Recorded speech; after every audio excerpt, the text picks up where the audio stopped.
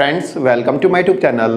Friends DDA Diwali special housing scheme 2023 में जिन लोगों ने द्वारका लोकेशन का फ्लैट खरीदा है और उन्हें अपने फ्लैट का पोजेशन लेटर मिल चुका है और पोजेशन लेटर मिलने के बाद आपने फ्लैट का फिजिकल पोजेशन भी ले लिया है और आप सोच रहे हैं कि चलो भाई अब बिजली का कनेक्शन ले लिया जाए, तो आज की वीडियो में हम इलेक्ट्रिसिटी कनेक्शन से रिलेटेड पूरा प्रोसेस जानेंगे। हम जानेंगे कि इलेक्ट्रिसिटी कनेक्शन के लिए कौन कौन से डॉक्यूमेंट्स की ज़रूरत पड़ेगी, कितना टाइम लगता है और सबसे बड़ी बात कौन सी बिजली कंपनी से हमें यहाँ पे इलेक्ट्रिसिटी का कनेक्शन लेना है। फ्रेंड्स, आपका फ्लैट द्वारका सेक्टर 14 में हो या द्वारका सेक्टर 19B में हो, आपका फ्लैट EWS हो, LIG हो, MIG हो या फिर HIG हो, सबके लिए इलेक्ट्रिसिटी कनेक्शन लेने का प्रोसेस सेम रहेगा।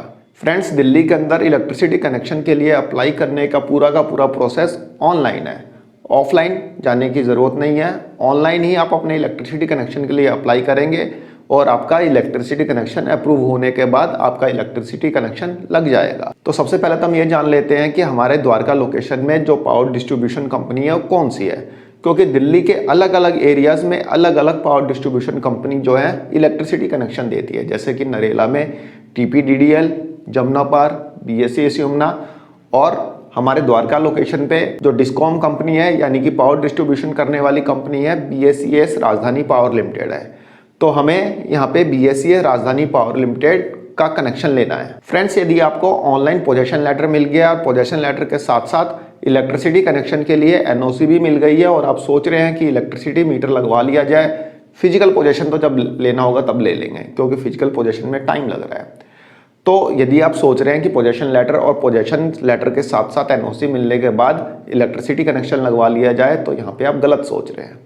गलत इसलिए सोच रहे हैं क्योंकि एक डॉक्यूमेंट्स ऐसा भी है जो कि आपको फिजिकल पोजेशन के साथ मिलेगा और वह डॉक्यूमेंट आपको जब आप इलेक्ट्रिसिटी कनेक्शन के लिए अप्लाई करेंगे ना तब ज़रूरी पड़ेगा, यानी तब उसकी ज़रूरत पड़ेगी, उसके बिना आपको इलेक्ट्रिसिटी कनेक्शन नहीं मिलेगा।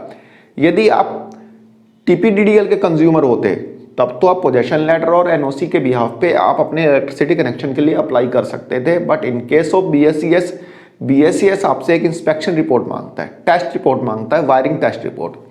और वायरिंग टेस्ट रिपोर्ट आप जब फिजिकल पोजेशन लेंगे तो आपको पोजेशन स्लिप के साथ साथ वायरिंग टेस्ट रिपोर्ट भी दी जाएगी और वह टेस्ट रिपोर्ट आपको अपलोड करनी होगी।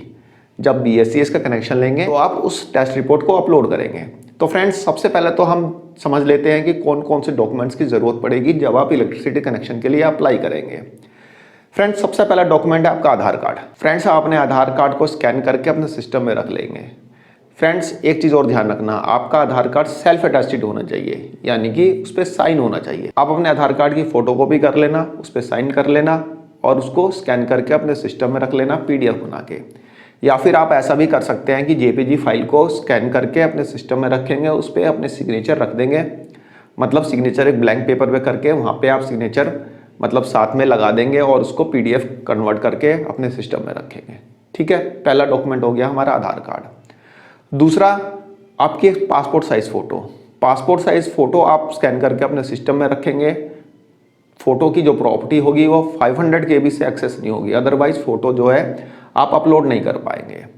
तो आप एक फ़ोटो रख लेंगे। दूसरा, एक छोटे से कागज़ पे साइन करके साइन को स्कैन करके अपने सिस्टम में रख लेंगे। साइन की प्रॉपर्टी भी आपकी 500 KB से एक्सेस नहीं होनी चाहिए। सिग्नेचर, साइन मतलब सिग्नेचर।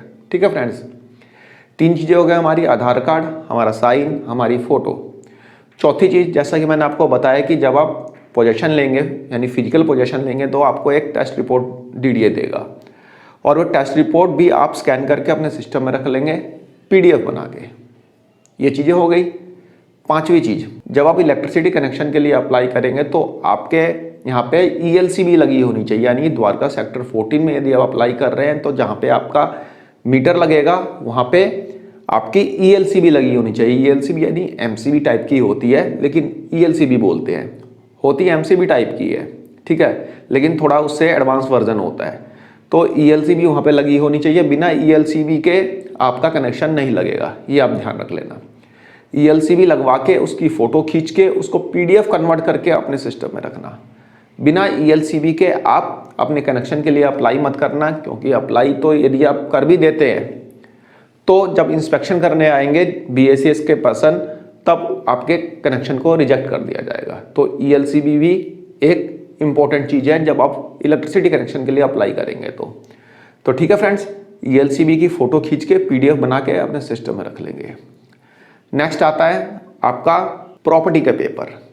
फ्रेंड्स यहाँ पे अभी हमें कन्वेंस डीड मिली नहीं है, हमें सेल डीड मिली नहीं है, तो प्रॉपर्टी के पेपर में हमारा पोजेशन लेटर आ जाएगा। देखिए फ्रेंड्स, जो पेपर मैं बता रहा हूँ वो सारे के सारे पेपर जो सेल्फ अटेस्टेड होने चाहिए। ELCB को सेल्फ अटेस्टेड करने की ज़रूरत नहीं है, ना ही इंस्पेक्शन रिपोर्ट को, क्योंकि इंस्पेक्शन रिपोर्ट जो है DDA देगा, उस पर साइन होंगे JE के, इलेक्ट्रिकल JE के, तो उसे सिर्फ स्कैन करके अपने सिस्टम में PDF बना के रख लेंगे। जो प्रॉपर्टी के डॉक्यूमेंट्स आप अपलोड करेंगे ना, जैसे कि पोजेशन लेटर के अलावा जो NOC आएगा, जो DDA ने NOC दिया है ना ऑनलाइन पोजेशन लेटर के साथ इलेक्ट्रिसिटी कनेक्शन के लिए, पोजेशन लेटर, NOC और पोजेशन स्लिप जो आपको मिलेगी। इसके अलावा अलॉटमेंट लेटर क्या है? डिमांड लेटर, जो आपको डिमांड लेटर मिला था ना DDA ने जब आपको दिया था पेमेंट के लिए, उसको भी स्कैन कर लेना। इन सभी डॉक्यूमेंट्स को स्कैन करके एक सिंगल फाइल बना लेना, और सारे के सारे डॉक्यूमेंट्स जो है सेल्फ अटेस्टेड होने चाहिए, यानी कि हर डॉक्यूमेंट पे आपके साइन होने चाहिए। इन सभी डॉक्यूमेंट्स को स्कैन करके एक सिंगल फाइल बना लेना, और वो सेल्फ अटेस्टेड होने चाहिए, ध्यान रख लेना। सिंगल PDF फाइल बना लेना, सबको कंबाइन कर लेना सभी डॉक्यूमेंट को। तो आपका पोजेशन स्लिप हो गया, पोजेशन लेटर हो गया, आपका NOC हो गया, इसके अलावा आपका पोजेशन स्लिप मैंने बताई थी, अलॉटमेंट लेटर यानी demand letter, allotment letter demand letter को ही बोलते हैं। सारी चीज़ें आप स्कैन करके सेल्फ अटेस्ट करके एक सिंगल फाइल बना के रखना। एक चीज़ और फ्रेंड्स यहाँ पे बहुत ध्यान से सुन लेना, यदि आपके केस में कोई को अलॉटी है तो उस केस में को अलॉटी जो है एक NOC देगा। NOC जो है 10 रुपये के स्टैम्प पेपर पे बनेगी। अब NOC में क्या देगा? NOC में वह जो को अलॉटी है वह लिख के देगा कि हाँ भाई इस पर्सन, यानी कि जो दो लोग हैं उसमें से एक जो को अलॉटी है दूसरे के नेम पे इलेक्ट्रिसिटी कनेक्शन यदि लगता है तो उसको कोई ऑब्जेक्शन नहीं है। इस टाइप का एक NOC बना के देगा 10 रुपये के स्टैम्प पेपर पे। अब उस NOC का फॉर्मेट किया है, उसका मैटर किया है, मैटर मैं आपको डिस्क्रिप्शन बॉक्स में प्रोवाइड करा दे रहा हूँ, PDF फाइल है। आप उसके हिसाब से 10 रुपये के स्टैम्प पेपर पे एक एफिडेविट टाइप बनवा लेना और आपको अपलोड करना होगा। यानी कि एक सिंगल फाइल जो मैंने प्रॉपर्टी डॉक्यूमेंट्स की बताई है उसमें आप इस एफिडेविट को भी लगा देना। तो फ्रेंड्स यहाँ पे डॉक्यूमेंट्स हमारे कंप्लीट होते हैं। अब हम चलते हैं अपनी कंप्यूटर स्क्रीन पे और इलेक्ट्रिसिटी कनेक्शन के लिए अप्लाई करते हैं। फ्रेंड्स सबसे पहले हम गूगल में टाइप करेंगे BSES, और जो सबसे पहला लिंक यहाँ पे आपको दिखाई देगा उस लिंक पे क्लिक करके हम आगे बढ़ेंगे। फ्रेंड्स उसके बाद कुछ इस टाइप का इंटरफेस खुल के आपके सामने आएगा। फ्रेंड्स ऐसा नहीं है कि आप न्यू कनेक्शन के लिए कभी भी अप्लाई कर देंगे, जब आपको टाइम मिला तब स्टार्ट कर दिया आपने न्यू कनेक्शन के लिए अप्लाई करना। यदि आप न्यू कनेक्शन के लिए अप्लाई कर रहे हैं तो मंडे से लेकर फ्राइडे सुबह 9 बजे से लेकर शाम को 5:30 बजे तक ही अप्लाई कर सकते हैं। फ्रेंड्स यहाँ पे आपको BSES की 2 कंपनियां दिखाई देगी। पहली कंपनी है BSES राजधानी पावर लिमिटेड, दूसरी कंपनी है BSES यमुना पावर लिमिटेड। तो हमारा जो द्वारका एरिया है वह BSES राजधानी पावर लिमिटेड के अंडर में आता है, यानी कि वहाँ पे पावर डिस्ट्रीब्यूशन कंपनी BSES राजधानी है। तो हम इस वाले ऑप्शन पे यहाँ पे क्लिक करके आगे बढ़ेंगे। फ्रेंड्स देन कुछ इस टाइप का इंटरफेस खुल के आपके सामने आएगा। यहाँ पे एक विंडो खुल के आई, इस विंडो को क्लोज कर देंगे। फ्रेंड्स यहाँ पे आपको एक ऑप्शन दिखाई देगा कनेक्शन सर्विसेज। हम यहाँ पे क्लिक करेंगे तो एक ड्रॉप डाउन लिस्ट खुल के आपके सामने आएगी। फ्रेंड्स यहाँ पे आप देखेंगे तो पहला ऑप्शन है न्यू कनेक्शन का, तो इस वाले ऑप्शन पे क्लिक करके हम आगे बढ़ेंगे। देन यहाँ पे कंटिन्यू पे क्लिक करके आगे बढ़ेंगे। फ्रेंड्स यहाँ पे कुछ इस टाइप का इंटरफेस खुल के आपके सामने आएगा। फ्रेंड्स यहाँ पे आपको अपना मोबाइल नंबर डालना है। मोबाइल नंबर डालने के बाद इसको सबमिट कर देना है। देन आपके मोबाइल पे एक OTP आया होगा, उस OTP को हम यहाँ पे टाइप करके हम इसको सबमिट करेंगे।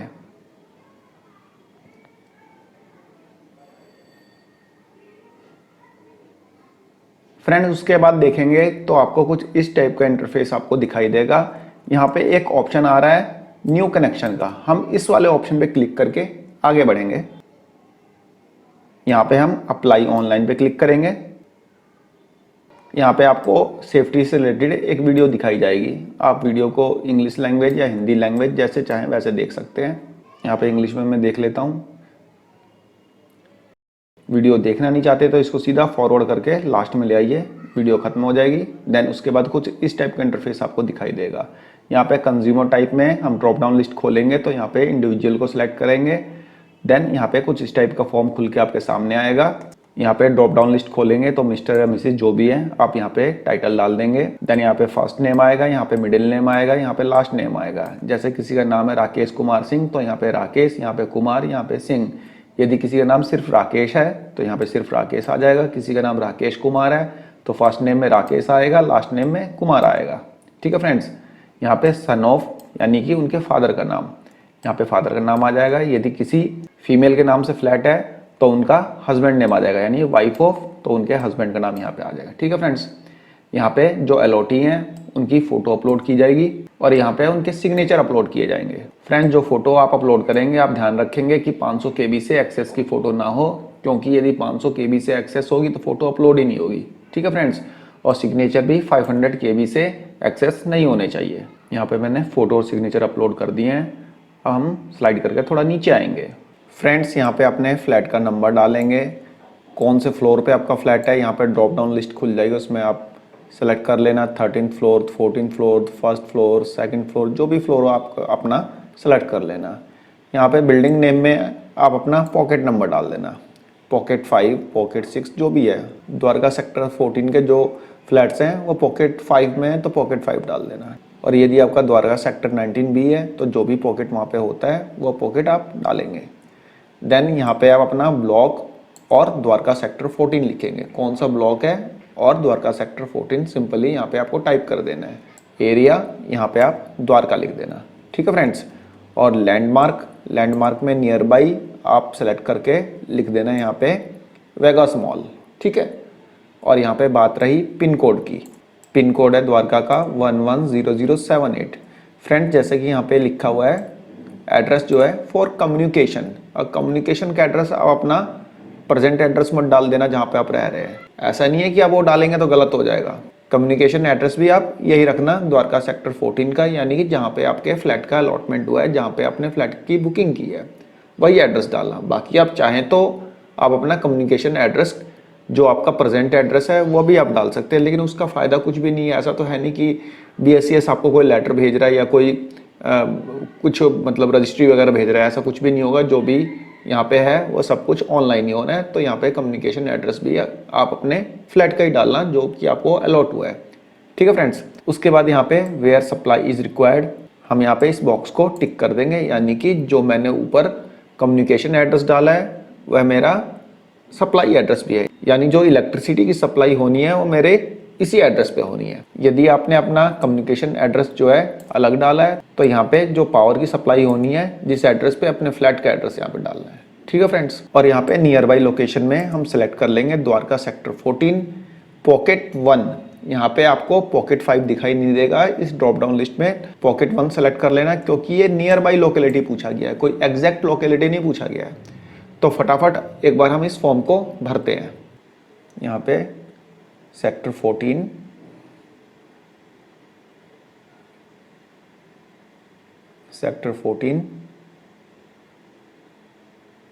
में पॉकेट 1 आ रहा है तो हम पॉकेट 1 को ही यहाँ पे सेलेक्ट कर लेंगे। ये नियर बाई लोकेशन है, कोई एग्जैक्ट लोकेशन नहीं है। एग्जैक्ट लोकेशन तो जो आप एड्रेस डालेंगे वही रहेगी।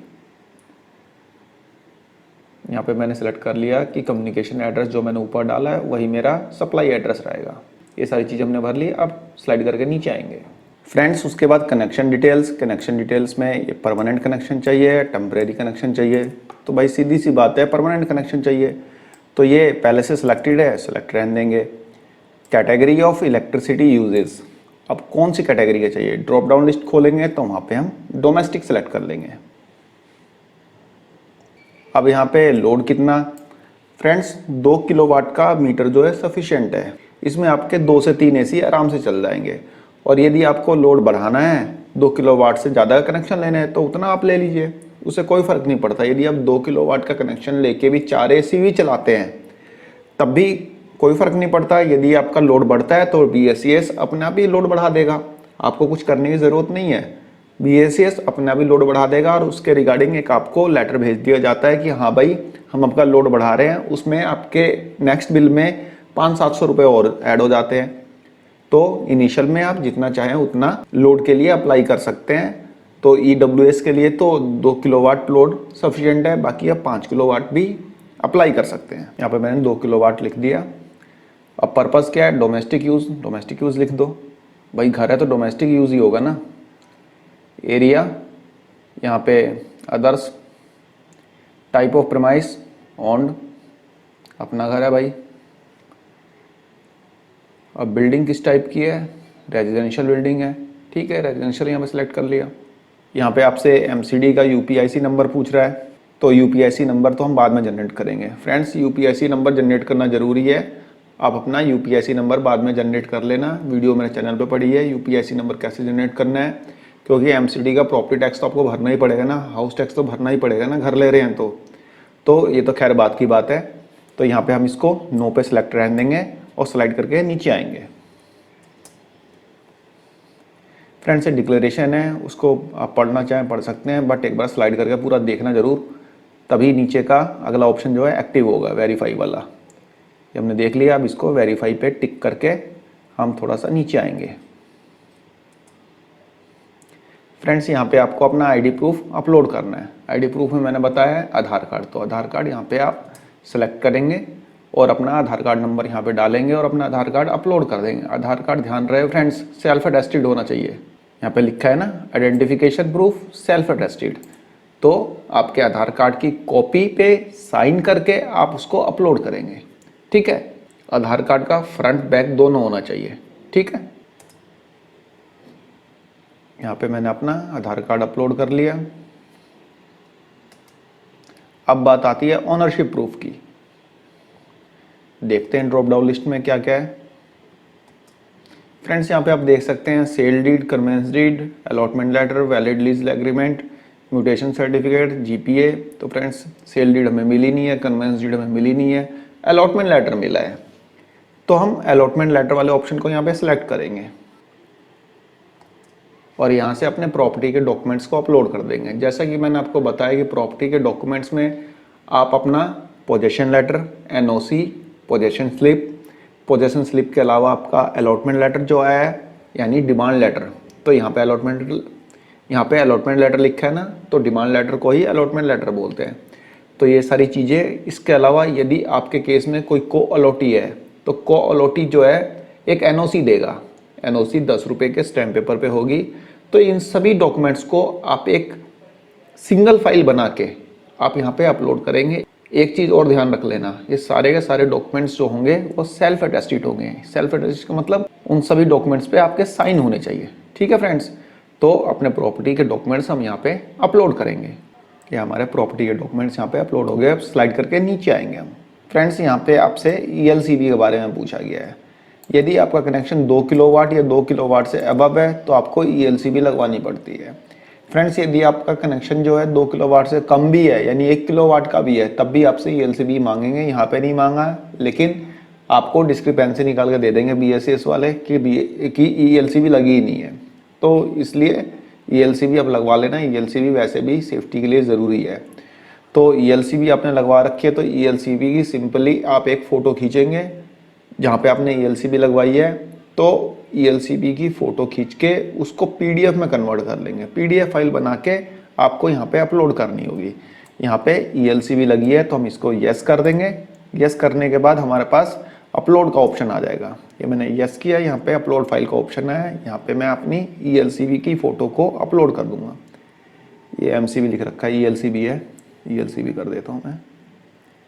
ELCB को मैं यहाँ पे अपलोड कर दिया। उसके बाद नेक्स्ट है इंटरनल वायरिंग। जैसा कि मैंने आपको बताया है कि जब आप अपना पोजेशन लेटर के साथ जाएंगे फिजिकल पोजेशन के लिए, तो आपको पोजेशन स्लिप के साथ साथ एक इंटरनल वायरिंग यानी इंस्पेक्शन रिपोर्ट भी मिलेगी। उस इंस्पेक्शन रिपोर्ट को आपको यहाँ पे अपलोड करना है, ठीक है फ्रेंड्स। उसका PDF बना के आप अपने सिस्टम में रख लेंगे। आप सिंपल यहाँ पे अपने इंटरनल वायरिंग की जो रिपोर्ट होगी उसको अपलोड करेंगे। उसको यस करके अब इसको हम अपलोड कर देंगे। फ्रेंड्स, इसके बाद का ऑप्शन सब ध्यान से देख लेना। फ्रेंड्स, यहाँ पे नेक्स्ट ऑप्शन है do you have street parking, is your building height under 15 meters, is your building heights under 17.5 meters, do you have lift installed. Friends ये ऑप्शन जैसे सेलेक्ट है उसको वैसे ही रहने दो। यदि आप इसमें करना चाहते हैं कि भाई स्ट्रीट पार्किंग है तो यस कर दो। यदि बिल्डिंग की हाइट जैसा कि आपको पता है कि 15 मीटर से तो ज़्यादा ही है तो यहाँ पे नो करना होगा। इसको कोई फ़र्क नहीं पड़ता, आप इसको ऐसे ही छोड़ दीजिए, कोई फ़र्क नहीं पड़ता। यदि आप लिखते हैं कि भाई मेरी बिल्डिंग की हाइट 15 मीटर से ज़्यादा है तो पार्किंग लेके BSS जो है 17.5 मीटर से ऊपर की बिल्डिंग में इलेक्ट्रिसिटी का कनेक्शन नहीं देता, मीटर नहीं लगाता। लेकिन DDA की बिल्डिंग इसका एक एक्सेप्शन है, तो यहाँ पे DDA की बिल्डिंग में तो मिल जाता है। तो अननेसेसरी का जो कोई BSES वाला ऐसा क्लर्क के पास या ऐसे असिस्टेंट के पास आपकी एप्लीकेशन जाती है जिसको ज़्यादा आइडिया नहीं है, तो वो अननेसेसरी का इसमें डिस्क्रिपेंसी लगा देगा। फिर आप डॉक्यूमेंट्स अपलोड करते फिरेंगे और या फिर आप कस्टमर केयर एग्जीक्यूटिव से बात करते फिरेंगे और अपना क्लैरिफिकेशन देते रहेंगे, जस्टिफिकेशन देते रहेंगे। तो इसलिए ये जैसा है वैसे रहने दो। इससे आपके बिजली के कनेक्शन में कोई फ़र्क नहीं पड़ता, आपका बिजली का कनेक्शन मिल जाएगा। आपको बेसिकली यहाँ पे डॉक्यूमेंट्स सही अपलोड करने होते हैं, बाकी कुछ नहीं। ठीक है फ्रेंड्स, इससे कोई फ़र्क नहीं पड़ता। नेक्स्ट एक ऑप्शन यहाँ पे दिया हुआ है कि आपको ई बिल की फैसिलिटी चाहिए। फ्रेंड्स आप यहाँ पे नो कर देना। अब आप बोलेंगे नो करने के लिए बता रहे हो, ऐसा थोड़े होता है, बिल तो आना चाहिए ना है। ई बिल आएगा तो अच्छा ही है, हमें पता चल जाएगा। फ्रेंड्स पहले आप समझ लीजिए कि मैं क्यों कह रहा हूँ कि नो कर दीजिए। फ्रेंड्स कई जगह आपसे ओरिजिनल बिल मांगा जाता है। अब ओरिजिनल बिल मांगा कहाँ कहाँ जाता है, बैंक में अकाउंट खुलवाने जाएंगे, भाई एड्रेस प्रूफ में आप बिजली का बिल दिखाएंगे ना, तो ओरिजिनल बिल दिखाना होगा। आपको कोई और काम पड़ गया है, सपोज आपको दिल्ली का डोमिसाइल बनवाना होगा कि आप इतने साल से रह रहे हैं, 5 साल बाद आपको डोमिसाइल बनवाने की ज़रूरत पड़ गई, तो ओरिजिनल बिल वेरीफाई होता है। आप ऑनलाइन बिल भी दिखा सकते हैं, ऐसा नहीं है। लेकिन आप यदि इसको नो करते हैं, फ़ायदा क्या है एक बार और समझिए। नो करते हैं तो आप ई बिल तो वैसे भी BSES के ऐप से डाउनलोड कर ही सकते हैं ना, लेकिन यदि आप इसको यस कर देंगे तो ओरिजिनल बिल आपके घर पे ही आना बंद हो जाएगा। कम से कम नो रखेंगे तो ओरिजिनल बिल आपके घर पे तो आएगा। समझ रहे हैं आप बात को? तो इसलिए इसको नो कर देना। लेकिन यदि आप चाहते हैं कि ओरिजिनल बिल आए ना, तो आप इसको यस करके यहाँ पे अपना ईमेल आईडी डाल देना। सिंपल, आपके ईमेल पे आपका बिल आ जाएगा। ठीक है, तो ये आपकी मर्जी है, आप इसको नो रखिए यस रखिए, ये आपकी इच्छा पे डिपेंड करता है। उसके बाद do you want to opt for voluntary subsidy benefit. Friend जैसा कि आपको शायद पता ही होगा कि दिल्ली के अंदर 200 यूनिट्स बिजली जो है फ्री है, यानी एक महीने में यदि आप कंजप्शन 200 यूनिट्स तक करते हैं तो आपको बिजली का बिल जो है ज़ीरो आता है। लेकिन 200 से लेके 400 यूनिट्स तक करते हैं तो आपको सब्सिडी मिलती है। लेकिन यदि आप 400 यूनिट से ऊपर बिजली का कंजप्शन करते हैं तो आपको कोई सब्सिडी नहीं मिलती।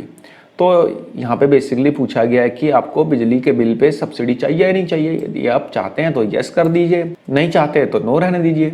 सिंपल सी बात है। अगला है कि आप मीटर खुद परचेज करके लगाना, नहीं भाई परचेज नहीं करना, इसको नो रहने दो। ठीक है, ये सारी चीज़ें हो गई। फ्रेंड्स ध्यान रखना, इसको यस रहने देना, कोई फ़र्क नहीं पड़ता इससे। नो भी करेंगे तो कोई फ़र्क नहीं पड़ेगा। लेकिन अननेसेसरी का BSES का कोई असिस्टेंट ऐसा मिल गया जिसको ज़्यादा आइडिया नहीं हो तो इसमें ऑब्जेक्शन लगा देगा, फिर आप उसको क्लैरिफिकेशन देते फिरेंगे। तो इसको यस करके छोड़ दीजिए। जब आएगा इंस्पेक्शन करने वो खुद देख लेगा, उसको इससे कोई फ़र्क नहीं पड़ता। आपके डॉक्यूमेंट्स कंप्लीट होने चाहिए। ठीक है फ्रेंड्स, एक चीज़ यहाँ पे और दी हुई है, do you have lift installed, तो यहाँ पे नो कर दें। भाई आप जिस एड्रेस पे बिजली के लिए अप्लाई कर रहे हो उस घर में थोड़े आपके लिफ्ट इंस्टॉल्ड है, DDA की बिल्डिंग है, DDA समझेगा।